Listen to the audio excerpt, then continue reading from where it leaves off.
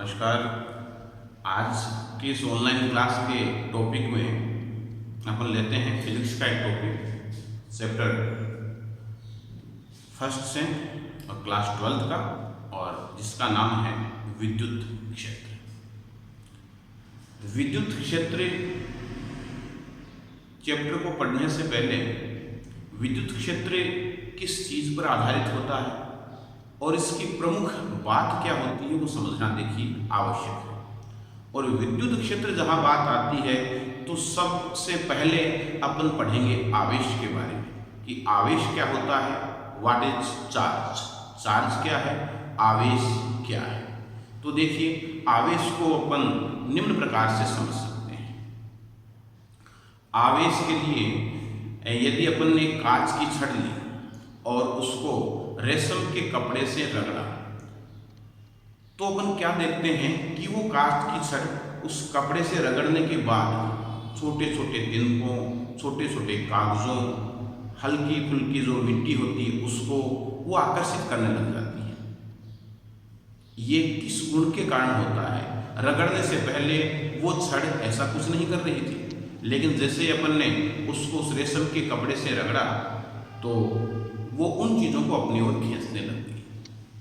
दूसरा उदाहरण लेते हैं, अगर प्लास्टिक की छड़ या एबोनाइट की छड़ को अपन बिल्ली की खाल से रगड़े तो वो भी इसी प्रकार का व्यवहार दर्शाती है।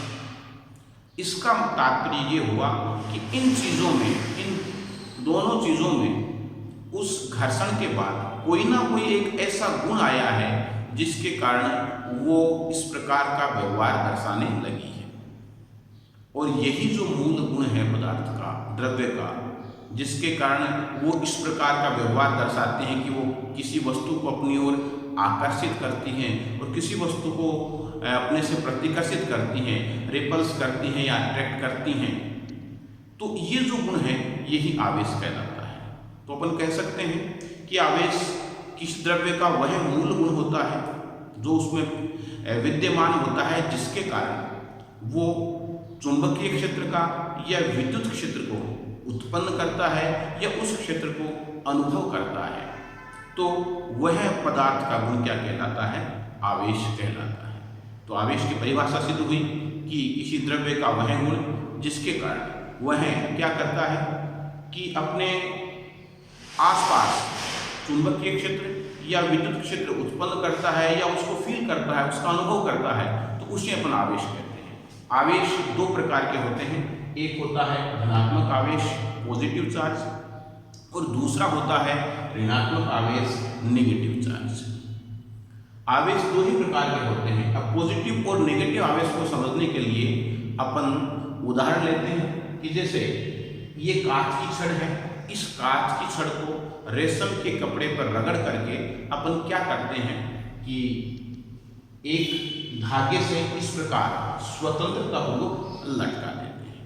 फिर एक दूसरी कांच की छड़ लेते हैं, उसे रेशम के कपड़े पर रगड़ते हैं। रगड़ने के उपरांत इस छड़ के नजदीक लाते हैं तो क्या देखते हैं कि ये कांच की छड़ इस दूसरी कांच की छड़ को दूर फेंकती है, प्रतिकर्षित करती है। इसका मतलब अपन ये कह सकते हैं कि इनमें समान प्रकृति विद्यमान है और वो है धनावेश, जो जिसके कारण ये एक दूसरे को क्या कर रही है? प्रतिकर्षित कर रही है। ऐसा ही अपन एग्जाम्पल देखें एबोनाइट की छड़ के साथ, उसको बिल्ली की खाल से रगड़ने के उपरांत अपन स्वतंत्रता पूर्वक लटका देते हैं। फिर दूसरी छड़ देते हैं और इस छड़ को भी क्या करते हैं कि बिल्ली की खाल से रगड़ करके जब इसके पास लाते हैं तो ये भी इसका प्रतिकर्षण करती है। तो इनमें भी समान प्रकृति का आवेश है और उसे हम ऋण आवेश मानते हैं। फिर एक तीसरा प्रयोग और करते हैं कि एक कांच की छड़ को रेशम के कपड़े से रगड़कर स्वतंत्रता पूर्वक लटकाते हैं और फिर एक एबोनाइट की छड़ को बिल्ली की खाल से रगड़कर इसके पास लाते हैं। तो ये दोनों अपने आप को एक दूसरे की ओर खींचती हैं, अट्रैक्ट करती हैं। इसका मतलब इनमें आकर्षण हुआ और आकर्षण का मतलब इन दोनों पर विपरीत प्रकृति का आवेश अपन ने माना और इसमें आकर्षण हुआ, तो ये सिद्ध हुआ कि आवेश दो प्रकार के और उसमें समान प्रकृति के जो आवेश होते हैं, चाहे वो ऋणावेश हो या धनावेश हो, समान प्रकृति के दो वस्तुओं पर जो आवेश होते हैं वो एक दूसरे को प्रतिकर्षित करते हैं, लेकिन विपरीत प्रकृति के जो आवेश होते हैं वो एक दूसरे को आकर्षित करते हैं। अब वस्तुओं को आवेशित कैसे किया जा सकता है? वस्तुओं को जो चार्जिंग है वस्तुओं की वो अपन कैसे कर सकते हैं? तो देखिए, वस्तुओं को आवेशित करने की 3 प्रकार की विधियां होती है। पहली होती है घर्षण, दूसरी है संपर्क, फ्रिक्शन, कांटेक्ट और प्रेरण, इंडक्शन। 3 ये मेथड होते हैं जिनके द्वारा वस्तुएं एक दूसरे से आवेशित हो जाती हैं। घर्षण क्या है? घर्षण का एग्जाम्पल अभी अपन ने समझा कि जब एक वस्तु को दूसरी वस्तु से रगड़ते हैं तो एक वस्तु जो अपना आवेश है वो दूसरी वस्तु को दे देती है, इसे बोलते हैं घर्षण। जैसे अभी कांच और एबोनाइट की छिड़का उदाहरण अपन ने रेशम और बिल्ली की खाल से दिया, तो ये घर्षण द्वारा आवेशन था। संपर्क, संपर्क यानी कांटेक्ट। कांटेक्ट में क्या होता है कि एक आवेशित वस्तु होती है, दूसरी निरावेशित वस्तु होती है, अनावेशित वस्तु होती है। तो उस अनावेशित वस्तु को अगर आवेशित वस्तु के संपर्क में रखा जाता है तो आवेशित वस्तु उसको समान प्रकृति का जो अपना आवेश है वो प्रदान करती है संपर्क के द्वारा। तो दूसरी विधि हो गई आवेशित करने की, संपर्क। और तीसरी है प्रेरण।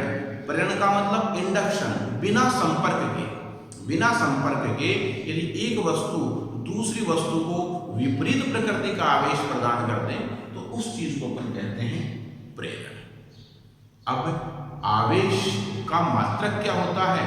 तो आवेश का जो एसआई मात्रक होता है वो होता है कूलम। और आवेश के गुण क्या होते हैं?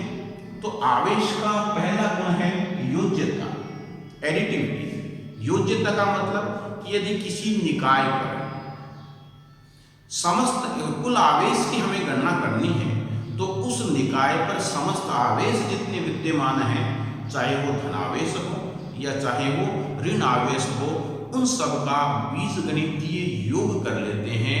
ये गुण कहलाता है आवेश की योज्यता।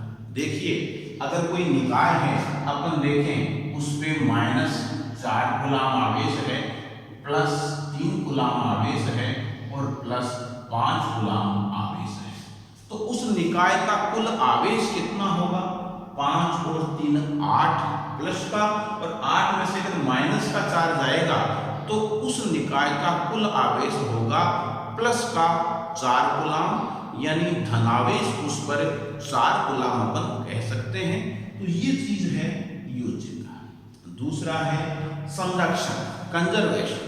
संरक्षण क्या है कि आवेश को ना तो अपन नष्ट कर सकते हैं, आवेश को ना उत्पन्न कर सकते हैं। आवेश को एक वस्तु से दूसरी वस्तु में स्थानांतरित किया जा सकता है, इसका ट्रांसफर किया जा सकता है। तो ये आवेश का गुण कहलाता है संरक्षण। फिर तीसरा है निश्चलता। निश्चलता का मतलब क्या है? निश्चलता का जो तात्पर्य है, इनवेरियंस जिसे कहते हैं, निश्चलता का तात्पर्य है कि किसी वस्तु के वेग के साथ उसका आवेश परिवर्तित नहीं होता। किसी वस्तु की चाल या वेग के साथ उसका आवेश परिवर्तित नहीं होता। ऐसा नहीं होता कि अगर वस्तु का वेग या चाल कम हो गई तो उसका आवेश कम हो जाएगा या उसका परिवर्तित हो जाएगा। उसका आवेश वेग या चाल के अकॉर्डिंग चेंज नहीं होता। और चौथा है क्वांटीकरण। देखिए, क्वांटीकरण क्या होता है कि यदि किसी प्रकार का जो आदान प्रदान होता है, किसी भौतिक राशि का जो आदान प्रदान होता है, वो सतत रूप से नहीं होकर के छोटे छोटे टुकड़ों के रूप में होता है, तो उसे अपन क्वांटीकरण कहते हैं। और उस टुकड़ों को, उन पैकेट्स को अपन क्वांटा बोलते हैं।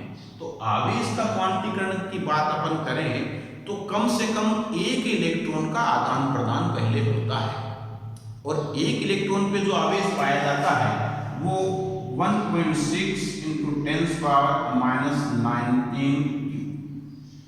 1.6 गुना 10 की घात -19 कूलम्ब आवेश एक इलेक्ट्रॉन पे पाया जाता है। तो आवेश का जो क्वांटम मान है कम से कम वो रहेगा 1.6 गुना 10 की घात -19 कूलम्ब।